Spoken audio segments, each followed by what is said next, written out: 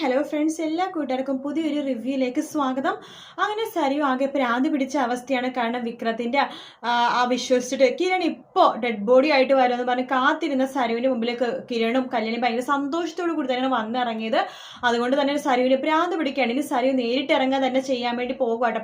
ഷാരിടുത്ത് പറഞ്ഞിട്ട് നോക്കിക്കോ, അവനെ ഞാൻ ഇല്ലാതാക്കും. എന്തായാലും വിക്രത്തിനെ കൊണ്ടും ഗുണ്ടകളെ കൊണ്ടൊന്നും ഒരു കാര്യമില്ല. ഇനി അവനെ ഇല്ലാതാക്കാൻ ഞാൻ തന്നെ കളത്തിൽ ഇറങ്ങിയേ പറ്റൂ. ഞാൻ തന്നെ കളത്തിലേക്ക് ഇറങ്ങുകയും ചെയ്യും എന്നൊക്കെ ഷാരി എടുത്ത് നമ്മുടെ സരിയു പറയുന്നുണ്ട്. അതേ സമയം ഞങ്ങളുടെ കാർത്തികയാണെങ്കിൽ എല്ലാ സത്യങ്ങളും കിരണ്ട് പറഞ്ഞിട്ടുണ്ട്.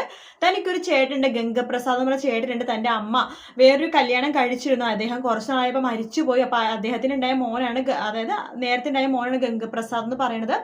അപ്പൊ ആ പുള്ളിക്കാരൻ വിക്രത്തിനേക്കാളും ഭയങ്കര ഫ്രോഡാണെന്നും സരുവിനേക്കാളും വലിയ ക്രിമിനൽ ആണെന്നൊക്കെ പറയുന്നുണ്ട്. അപ്പൊ ആ പുള്ളിയുടെ എൻട്രിയാണ് ഈ ആഴ്ച വരുന്നത്. അപ്പൊ ആ പുള്ളിക്കാരൻ എന്താ നമുക്ക് അറിയാവുന്ന ഏതെങ്കിലും ഒരു പുള്ളി തന്നെ ആയിരിക്കും. അല്ലാന്നുണ്ടെങ്കിൽ നമുക്ക് ആ ഒരു സസ്പെൻസ് ഫുൾ ആവില്ലല്ലോ. അപ്പൊ ആ പുള്ളിക്കാരെന്ന് പറയുന്നത് നമ്മുടെ കിരൺ വിചാരിക്കുന്ന പോലെ ഒന്നല്ല. കാർത്തിക പറഞ്ഞ പോലെ തന്നെ എല്ലാവരെയും ചുട്ടു ചാമ്പലാക്കാൻ ശക്തിയുള്ളവനും, അതുപോലെ തന്നെ രാഷ്ട്രീയത്തിലാണെങ്കിലും പോലീസിലാണെങ്കിലും എല്ലായിടത്തും ഭയങ്കര പിടിപാടുള്ള ഒരാളാണ്. കാരണം സേനയെക്കാളും പിടിപാടുള്ള ഒരാൾ തന്നെയാണ് അത്. അപ്പൊ തമിഴ്നാട്ടിൽ മാത്രമല്ല, അങ്ങ് ബാംഗ്ലൂരിലും അങ്ങനെ പല സ്ഥലങ്ങളിലും പിടിപാടുണ്ട്, കേരളത്തിൽ വരെ പിടിപാടുണ്ട്. അപ്പൊ ഇതിനെക്കുറിച്ചുള്ള കൂടുതൽ കാര്യങ്ങൾ സേനൻ അന്വേഷിക്കുന്നുണ്ട്. സേനൻ കിരണിനോട് പറഞ്ഞിട്ട് നീ വിചാരിക്കുന്ന പോലെയല്ല, പുള്ളിയെ നേടാൻ ഭയങ്കര വലിയ കാര്യം തന്നെയാണ്. അതുകൊണ്ടിട്ടാണ് കാർത്തികയുടെ അമ്മ ഇത്രയും പേടിക്കണതിന് കാരണം ഉണ്ടെന്നൊക്കെ പറയണം.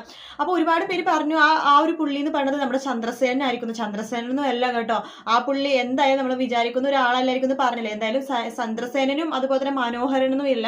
ഇനി ആൽബി ആണെന്ന് കുറെ പേര് പറയേണ്ടത്. ആൽബി ആണോ എന്ന് എനിക്ക് തോന്നണമൊന്നുമില്ല. ഇപ്പൊ എനിക്ക് എന്തായാലും ആൽബി എല്ലാം തന്നെയാണ് തോന്നുന്നത്. ചില സമയത്ത് ആൽബി ആണെന്ന് തോന്നും, ചില സമയത്ത് ആൽബി എല്ലാം തോന്നും. എന്തായാലും ഗംഗപ്രസാദ് എന്ന് പറഞ്ഞ ആള് കിരണ്ട വലിയൊരു ശത്രു തന്നെ ആവാനാണ് ചാൻസ്. കിരണ്ട വലിയ അപകടം പറ്റുന്നുണ്ടെന്ന് ഞാൻ പറഞ്ഞില്ലേ, അത് അപകടം പറ്റും കേട്ടോ. അത് 100% ഷുവർ ആണ്. ഇനി ഗംഗപ്രസാദിന്റെ കയ്യിൽ നിന്നാണോ കിട്ടണമെന്ന് മാത്രം അറിഞ്ഞാൽ മതി. എന്തായാലും ഈ ആഴ്ചത്തെ പ്രൊമോ എന്ന് പറഞ്ഞത് ആ ഭാഗങ്ങളൊക്കെ തന്നെ കാണിക്കുന്നുണ്ടാവാം. വീഡിയോ ഇഷ്ടപ്പെടുകയാണെങ്കിൽ ലൈക്ക് ചെയ്യാനും സബ്സ്ക്രൈബ് ചെയ്യാനും കമന്റ് ചെയ്യാനും മറക്കല്ലേ. മറ്റൊരു വീഡിയോ വീണ്ടും കാണാം. Take care, bye bye.